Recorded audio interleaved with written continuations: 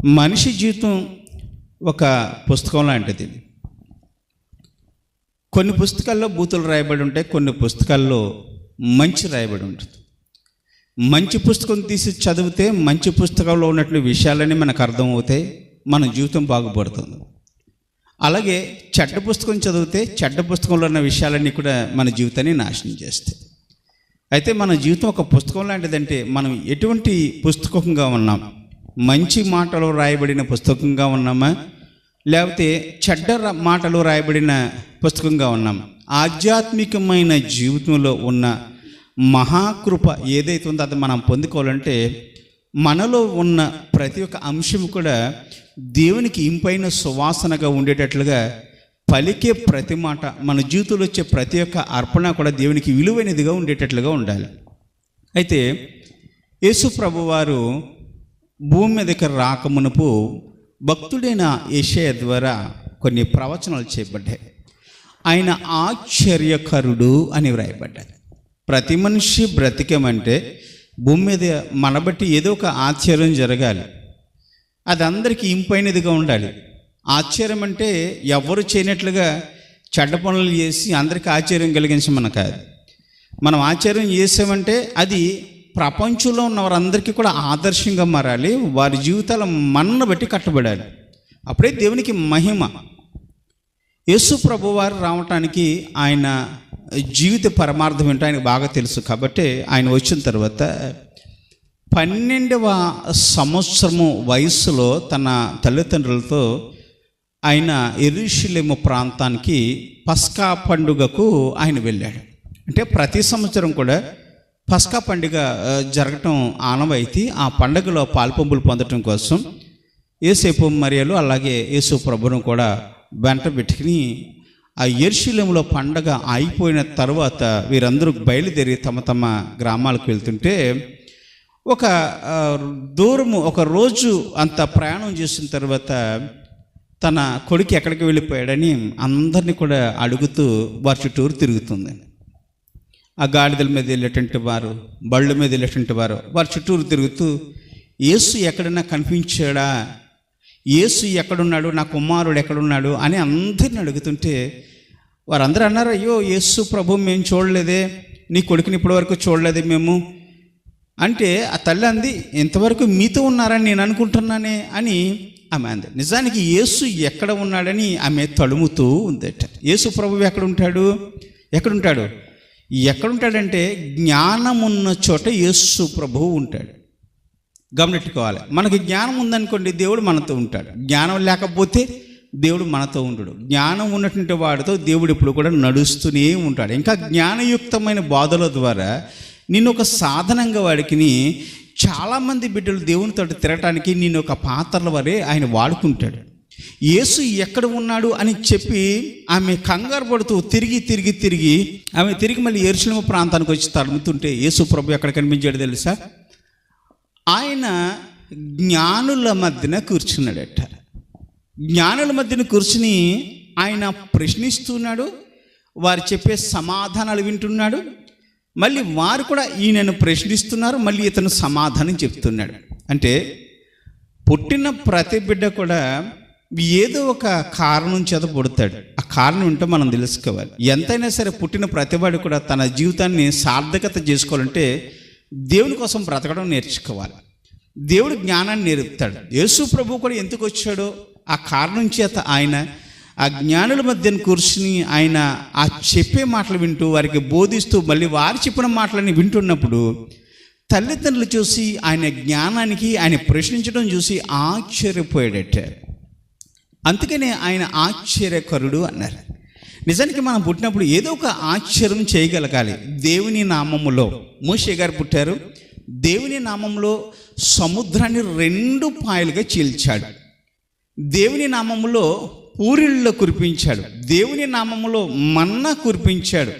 దేవుని నామములో బండలోండి నీళ్లు రప్పించాడు. ఎన్ని కార్యాలు చేశాడు మోషే గారు.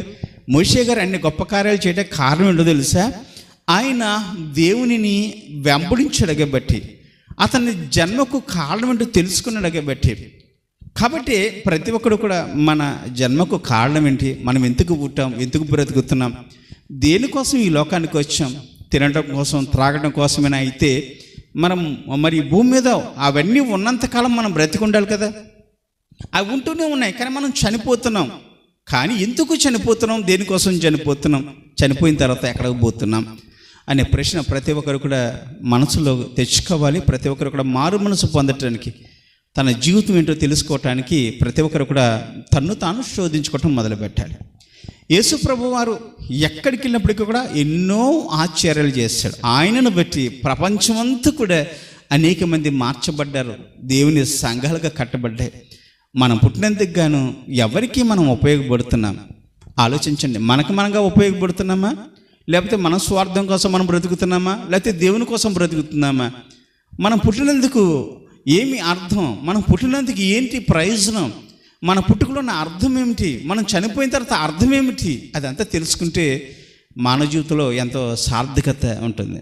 ప్రతి ఒక్కడు పుడతాడు, పుట్టిన దానికి సరైనటువంటి జీవితం జీవిస్తే వాడి జీవితంలో ఎప్పుడు కూడా సంతోషము, సమాధానం కలిగి ఉంటుంది. దేవుడు అతనితో ఎప్పుడు కూడా జ్ఞానమైనటువంటి మార్గంలో అతను నడిపిస్తాడు, అతను జ్ఞానం కలిగే ఉంటాడు. ఒక రోజున భక్తుడైనటువంటి యోహన్న గారు మరి హేరోదు మహారాజు దగ్గరికి వచ్చి అతను అన్నాడు, నీ తమ్ముడు భార్య అయినటువంటి ఫిలిప్పి భార్య అయినటువంటి హేరోదికను మరి నీవు దగ్గర చేర్చుకుని ఆమెతో అసభ్యంగా ప్రవర్తిస్తున్నావు. అయితే ఇది తప్పు, నువ్వు చేసేది వ్యభిచారము, ఈ పని చేయకూడదు, నీ తమ్ముని భార్యతో పోకూడదు అని యోహాను గారు హేరోదు మహారాజుని గద్దించారు. ప్రవక్తలు అలాగే గద్దిస్తారు. ప్రవక్తలు ఒకడి దగ్గర తప్పు ఉంటే ఆ తప్పుని వేలు పెట్టి చూపిస్తారు. అంటే ఒకడు మనకి వేలు పెట్టి చూపిస్తున్నాడంటే మనం అజ్ఞానులము, మనకి వేలు పెట్టి చూపించేటువంటి వాడు జ్ఞాని అని మనం జ్ఞాపకం చేసుకోవాలి. వాడి గద్దింపుని మనం ఎప్పుడైనా సరే తీసుకుని మనం తప్పు చేస్తున్నామేమోనని మన తప్పును సరిదిద్దుకోవడానికి చూసుకుంటే కనుక మన జీవితంలో ఇంకెప్పుడు తప్పు చేయడానికి ఇష్టపడం. కానీ ఆనాడు హేరోదు మహారాజు ఏం చేశాడు? వీడు నన్ను వేలు పెట్టి చూపిస్తాడా? మహారాజునైనా నన్ను లెక్క చేయకుండా ఉంటాడా? అంటే నేనేం తప్పులు చేస్తున్నా? రాజును కదా, నన్ను ఎవరు ప్రశ్నించడానికి వీల్లేదే, నా జీవితం నాది, నేను ఎలాగ బ్రతుకుతాను అని తన్ను తాను గర్వించి యోహాను తీసుకెళ్ళి సెరలో వేయించాడు. అవును, మనల్ని ఎవరైనా ప్రశ్నిస్తే వెంటనే వాడి మీద కక్ష పడతాం, పగబడతాం. ఆ పగకు బదులుగా మనం కొంచెం ఆలోచించి ప్రేమతో మన హృదయంలో దాని గురించి శోధించుకుంటే మన తప్పులు బయటపడినప్పుడు మన జీవితాలు సరిచేయబడతాయి. అదే ఆ సరిచేయబడిన జీవితంలోనే దేవుడు తన ఆశీర్వాదాలు కొమ్మరిస్తాడు, తన జ్ఞానాన్ని కూడా కొమ్మరిస్తాడు. హేరోదిక ఒక రోజున తన కుమార్తెని హేరోదు మహారాజు పుట్టినరోజు సందర్భంగా అతని దగ్గరికి పంపించినప్పుడు హేరోదు యొక్కతో కూర్చున్నటువంటి ఇంకా అనేక మంది పెద్దలు ఎదురుగా హేరోదికి యొక్క కుమార్తె హేరోదు రాజు ఎదురుగుండగా నాట్యం చేసిందట. నాట్యం చేసిన తర్వాత హేరోదు మహారాజు అడుగుతాడు కదా, మరి నువ్వు మరి మా అందరి కోసం నాట్యం చేసావు, నీకేం కావాలి అని అడుగుతాడు కదా. అడిగాడు, నీకేం కావాలో అడుగు, అందరిలో కూడా నీకు ఘనంగా ఆ బహుమతినిచ్చి నిన్ను సన్మానిస్తానంటే ఆమె ఏం చేసిన అంటే వెళ్ళి మా తల్లిని నేను అడిగి వస్తానని తన తల్లి దగ్గరికి పోతే వాళ్ళమ్మంది మరి ఆ సెరలో పెట్టబడని యోహాను ఉన్నాడు కదా, అతని తలను నరికి పళ్ళులో పెట్టమని అడిగేది. ఎందుకంటే యోహాను గారు ప్రశ్నించటం వల్ల హేరోదుకి బాధ కలిగింది, హేరోదుతో ఉంటున్నటువంటి ఫిలిప్పి భార్యకు కూడా బాధ కలిగింది. కాబట్టి ఎట్టి పరిస్థితులైనా సరే సత్యాన్ని మాట్లాడినటువంటి వాడిని, నిజాన్ని వేలిపెట్టి చూపించినట్టు వాడిని సహించలేక ఉంచకూడదు అనే ఉద్దేశంతో ఆ హేరోదుతో ఉంటున్నట్టు ఫిలిప్పి భార్య హేరోదిక యోహాను తలను నరికి ఇమ్మని అతని ప్రాణం తీయాలని తన కుమార్తెకు బోధించి పంపించిందంట. మన పిల్లలు కూడా మనం ఏ విధంగా బోధలు చేస్తున్నాం? దేవుని సంబంధమైన ఆత్మ సంబంధమైన బోధలు చేస్తున్నామా? బోధిస్తే వారు దేవుని సన్నిధానంలో దీపపు స్తంభం ఎలాగుందో అలాగే మన పిల్లలు కూడా 10 దీపాల వల్లే వారు వెలుగుతూ ఉంటారు, నిత్యము దేవుని సన్నిధానంలో వెలుగునిస్తూ ఉంటారు. వారి జీవితాల్లో ఆనందము, సంతోషము నింపబడుతుంది. అంతే తప్ప కానీ ఈ లోకం గురించి బోధిస్తే వారు ఎప్పుడు కూడా చెడిపోతూనే ఉంటారు. తల్లి చెప్పాల్సిన బోధ చెప్పకుండా ఆమె ఏమైందంటే యోహాను తల తీసుకురమ్మని ఆ హేరోదిక కుమార్తెకు బోధించినప్పుడు యోహాను తల ఇమ్మని హేరోదు దగ్గరికి వచ్చి ఆ కుమార్తె అడిగింది. నాట్యానికి బదులుగా ఏమడిగిందంటే హేరోదిక కుమార్తె యోహాను తలను అడిగింది. యోహాను ఎవరు? దేవుని భక్తుడు, ప్రవక్త. అతని నీతిమంతుడు అని ప్రజలందరూ నమ్ముతున్నారు. ఒక నీతిమంతుడు తలను ఆమె అడిగింది. ఈ రోజున పుట్టిన ప్రతి వారికి కూడా దేవుని సన్నిధానంలో దినదినము ఫలించి అభివృద్ధి చెందేటట్లుగా దేవుని వాక్యాలు బోధించుకోవాలి. తప్పకని చెడుని ఏనాడు కూడా బోధించకూడదు. చెడును బోధించడం వల్ల వాళ్ళు ఇంకా పాతాలలో కనిగిపోతారు. చెడు చేస్తున్నప్పుడు వారికి ఎప్పుడూ సపోర్ట్ చేయకూడదు. చెడు చేసేటప్పుడు మనం ఖండించాలి, ఇది తప్పని చెప్పాలి, వారిని సరైన మార్గంలో నడిపించాలి, జీవవాక్యాన్ని వారికి అందివ్వాలి, వారికి చూపించాలి. వాక్యములు ఏమై ఉందో, వాక్యము మన జీవితాన్ని ఎలా బాగుపరుస్తుందో, వాక్యం మనల్ని ఎలా నడిపిస్తుందో అదంతా కూడా వారికి నేర్పించాలి. యవ్వనులు దేని చేత తన నడతను శుద్ధీకరించుకుందరు అంటే నీ వాక్యము చేతనే కదా. దేవుని వాక్యం చేత యవ్వనులు తమ నడతను కూడా శుద్ధీకరించుకుంటారు, తమ జీవితాన్ని బాగు చేసుకుంటారు. కానీ ఆ రోజున హేరోదిక తన కుమార్తెకి వాక్యం నేర్పించలేదు, కానీ పగ ప్రతీకారాలు నేర్పింది. నీతిమంతుల తలలు ఎలా గడగాలో నేర్పించింది. వెంటనే హేరోది మహారాజు ఇంకేమీ చేయలేక తనకిచ్చిన మాటను బట్టి హేరోదిక కోరిక ప్రకారం, హేరోదిక యొక్క కుమార్తె కోరిక ప్రకారం చెరసాలలో ఉన్న యోహాను తల నరికించి పళ్ళులో పెట్టి ఆమెకి ఇచ్చి ఆ రోజున హేరోదిక దగ్గరికి పంపించారు. ప్రియులారా, ఆలోచించండి. మనము చేసే ప్రతి పనులను కూడా ఒక అర్థము ఉండాలి. మన పిల్లల్ని పెంచే పెంపకంలో మన పిల్లలు ఏ విధంగా పెరుగుతున్నారో మనం ఆలోచించుకుని వాళ్ళ పెంపకంలో ఇంకా వారి అభివృద్ధికరమైన జీవితానికి మనం తోడ్పడపడాలి తప్ప కానీ చెడు మార్గాలు బోధిస్తే, చెడుగా ప్రయాణం చేస్తున్నప్పుడు ఖండించకపోతే వారు ఒక రోజున వెళ్ళి నీతిమంతుల తలను మాత్రం అడుగుతారు. ఆ రోజున వారి జీవితాలు పూర్తిగా కుప్పకొలిపోతాయి. యేసు ప్రభు వచ్చినప్పుడు ఆయన జ్ఞానయుక్తమైన మాటలు మాట్లాడాడు. ఆయన నోటి నుంచి ప్రతి మాట కూడా చాలా విలువైనదిగా ఉంది. అందుకని మన జీవితము తెరిచిన పుస్తకం లాంటిది. మంచి మాటలో రాయబడిన పుస్తకం వలె మన జీవితం ఉండాలి. ఆ పుస్తకాన్ని యేసు ప్రభు చదువుతాడు. వీడి జీవితంలో ఏముంది, మంచి ఉందా, చెడు ఉందా? ఈ పుస్తకంలో మధురమైన మాటలు రాయబడి ఉన్నాయా, లేకపోతే చెడ్డ మాటలు రాయబడి ఉన్నాయా? చెడ్డ మాటలు అయితే దేవుడు ఆ పుస్తకాన్ని విసిరేస్తాడు.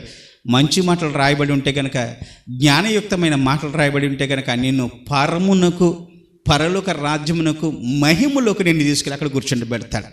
నువ్వు జ్ఞానయుక్తంగా బ్రతకడం నేర్చుకోవాలి. పుట్టిన ప్రతి వాడు కూడా భూమి మీద ఎంతో కొంత దేవుని గురించిన అవగాహన కావాలి. దేవుని దగ్గర ఎలా మసలుకోవాలి, మన జీవితం ఏమై ఉంది. వచ్చిన వాడు ప్రతివాడు కూడా ఆశ్చర్యకార్యములు దేవుని నామములో చేయటానికి ఇష్టపడాలి. దేవుడు అంటే మనము ఎంతో ఇష్టంగా ఆయన చెప్పిన ప్రతి మార్గంలో నడవడానికి ఇష్టపడాలి. ఆత్మీయ జీవితాన్ని కోల్పోయిన నాడు మన జీవితానికి అర్థం లేదు. మనిషి బ్రతుకుతున్నాడంటే వాడికి జ్ఞానంతో పాటుగా ఆత్మీయ జీవితం కూడా చాలా మంచిగా బ్రతుకుతున్నామో చెడ్డగా బ్రతుకుతున్నాం. మన జీవితానికి అర్థం ఏమిటి? మన ఆయుష్కాలంలో ఎంత ఎక్కువ ఆయుష్కాలంలో లేవు, మన చాలా తక్కువ ఆయుష్కాలాలు ఉన్నాయి.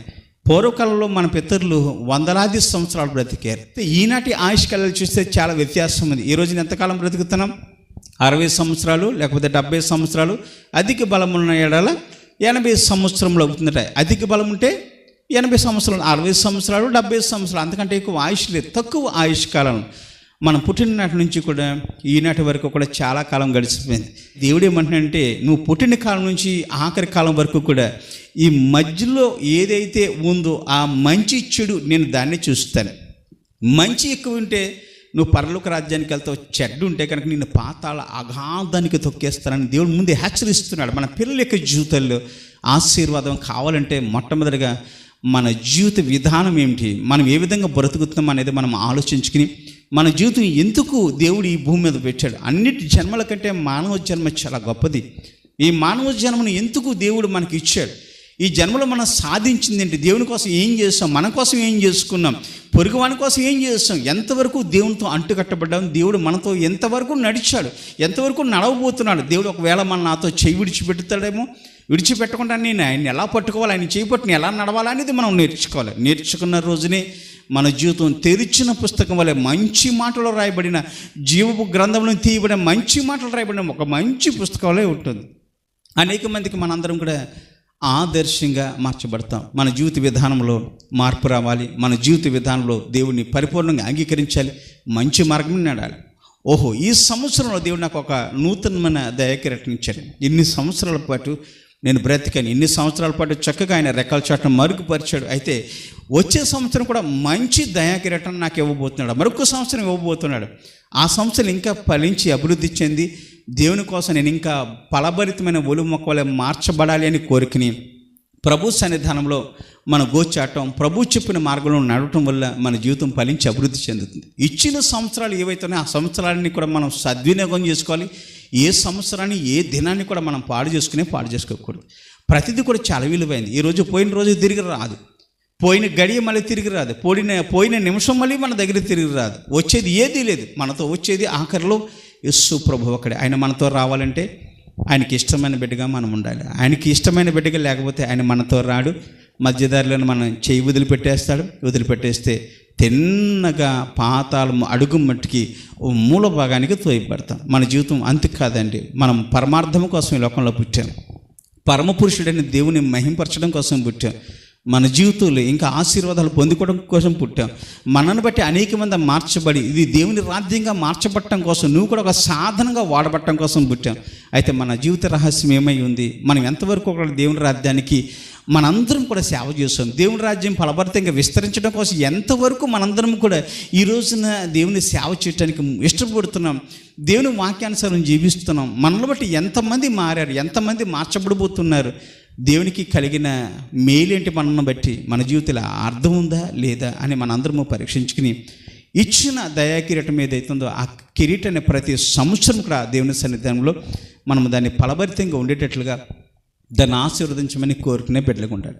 కాబట్టి మనం జీవించే జీవితంలో మనం ఖచ్చితంగా నేర్చుకోవాల్సింది ఏంటంటే దేవుడిచ్చిన సమయాన్ని వ్యర్థం చేసుకోకూడదు. అలాగే మనను బట్టి ఏ అద్భుత కార్యం చేయబోతున్నాడో దేవుడు ఆ అద్భుత కార్యం కోసం కనిపెట్టుకుని మనము దేవుని నామములో ఆశ్చర్య కార్యములు చేయటానికి సిద్ధ మనసు కలిగి ఉన్నప్పుడే దేవుడు నిన్ను ఆశీర్వాదపు చల్లలతో ముంచుతాడు.